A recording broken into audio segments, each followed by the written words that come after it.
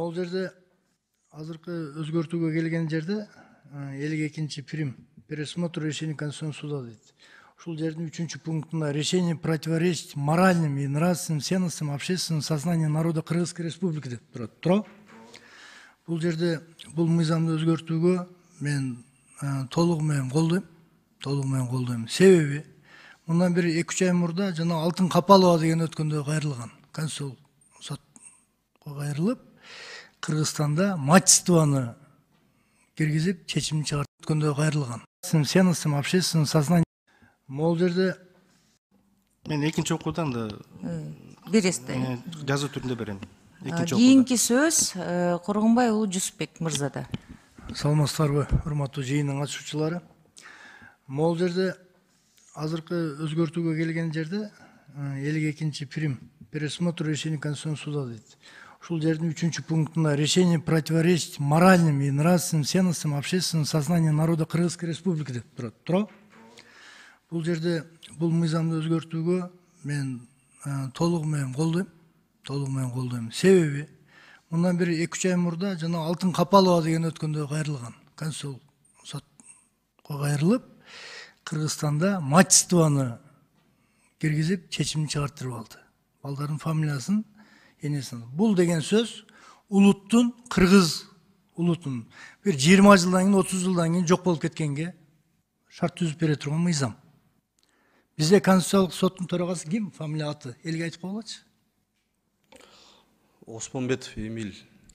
Ошол Осмонбетов Эмиль мырза ошол чечимди кабыл аларда.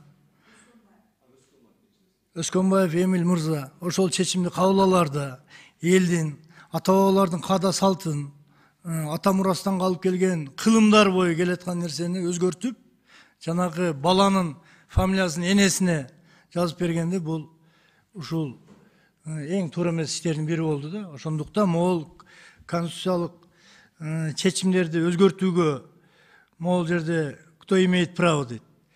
Президент сунуш киргизет экен, анан конституциянын төрагасы. Ошол жерге жана Гүл Ахматкуловнаны да колдойм. Эгерде мыйзам чыгаруучу орган катары депутаттар да кошуп койсо, бул дурус болмок да, ачыгын айтканда. Эми заманда өзгөрбөгөн нерсе болбойт экен.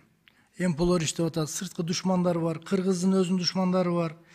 Ошол кандайдыр бир жол менен кээ бирөө физический бир душмандык кылса, кээ бирөө ичине кирип алып, ушундай мыйзамдарды өзгөртүрүп, улуттун жок болуп кетишине, мамлекетти алсыратканга аракет кылган күчтөр жок эмес да. Мен эгерде ачыгын айткан болсом, ушул мүмкүн бир акчанын артынанбы же кандайдыр бир ушул жолго барышканго деген да ой кетет. Эми мен аны доказать эте албайм. Себеби бул жанагы мачество деген нерсе бул оор нерсе. Бул келечек, улуттун келечеги бүдөмүк болуп калат туугандар. Бул бир. Экинчиси, мен да бир момент 32 жылдык эгемендүүлүктө могул конституциялык соттун чечимин өзгөртүүлөр болдубу? Жок, бүгүнкү күндө ушул мыйзам долбоору кабыл алынып калса, кайра бирок конституцияны чечимин өзгөртпөстөн конституциянын өздөрүн, мисалы Аскар Акаев 94-жылы, 96-жылы, 98-жылы ар 2 жылда конституцияны өзгөртүп турган. Туурабы? Ал чечимин өзгөртпөстөн целый конституцияны өзгөртүп турган. Референдум аркылуу башка аны моюнга алышыбыз керек. А биз бул жерде мыйзам менен эгерде жанагы кыргыз элинин мамлекетке же болбосо коомчулукка зыян келтире турган мүмкүн бир чечим кабыл алынып калган болсо, ошону өзгөрткөнгө шарт түзүп берип атабыз. Туура айтамбы мен? Андыктан урматтуу коллегаларым, мону анча-мынча кошумча алымчалар менен колдоп берүүңүздөрдү мен сурап кетем.